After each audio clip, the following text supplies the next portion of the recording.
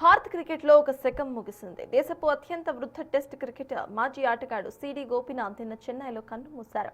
భారత్ తన మొట్టమొదటి టెస్ట్ విజయాన్ని నమోదు చేసిన చారిత్రాత్మక జట్టులో జీవించి ఉన్న ఏకైక సభ్యుడు ఆయనే కావటం విశేషం. ఏడాది ప్రారంభంలో దత్తా గైక్వాడ్ మరణంతో ఆ జట్టులోని చివరి ఆటగాడిగా గోపీనాథ్ మిగిలారు.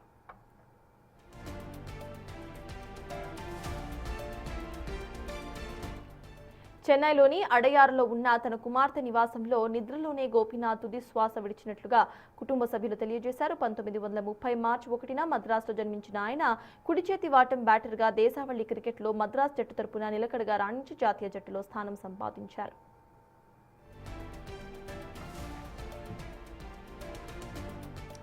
1951-52లో ఇంగ్లాండ్పై భారత్ చారిత్రాత్మక టెస్ట్ విజయం సాధించడంలో గోపీనాథ్ కీలక పాత్రను పోషించారు. ఆ మ్యాచ్లో 35 పరుగులు చేయడమే కాకుండా వినూ మన్కడ్ బౌలింగ్లో కీలకమైన క్యాచ్ అందుకున్నారు. ఆ మ్యాచ్లో వినూ మన్కడ్ మొత్తం 12 వికెట్లు పడగొట్టి భారత్కు చిరస్మరణీయ విజయాన్ని అందించారు.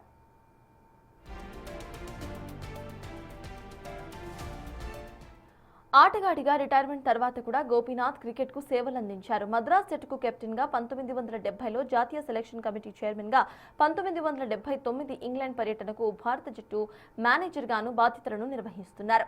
గోపీనాథ్ మృతి పట్ల తమిళనాడు క్రికెట్ అసోసియేషన్ సంతాపం తెలియజేసింది. ఆయన వారసత్వం క్రికెట్ చరిత్రలో చిరస్థాయికి నిలిచిపోతుందంటూ కొనియాడింది.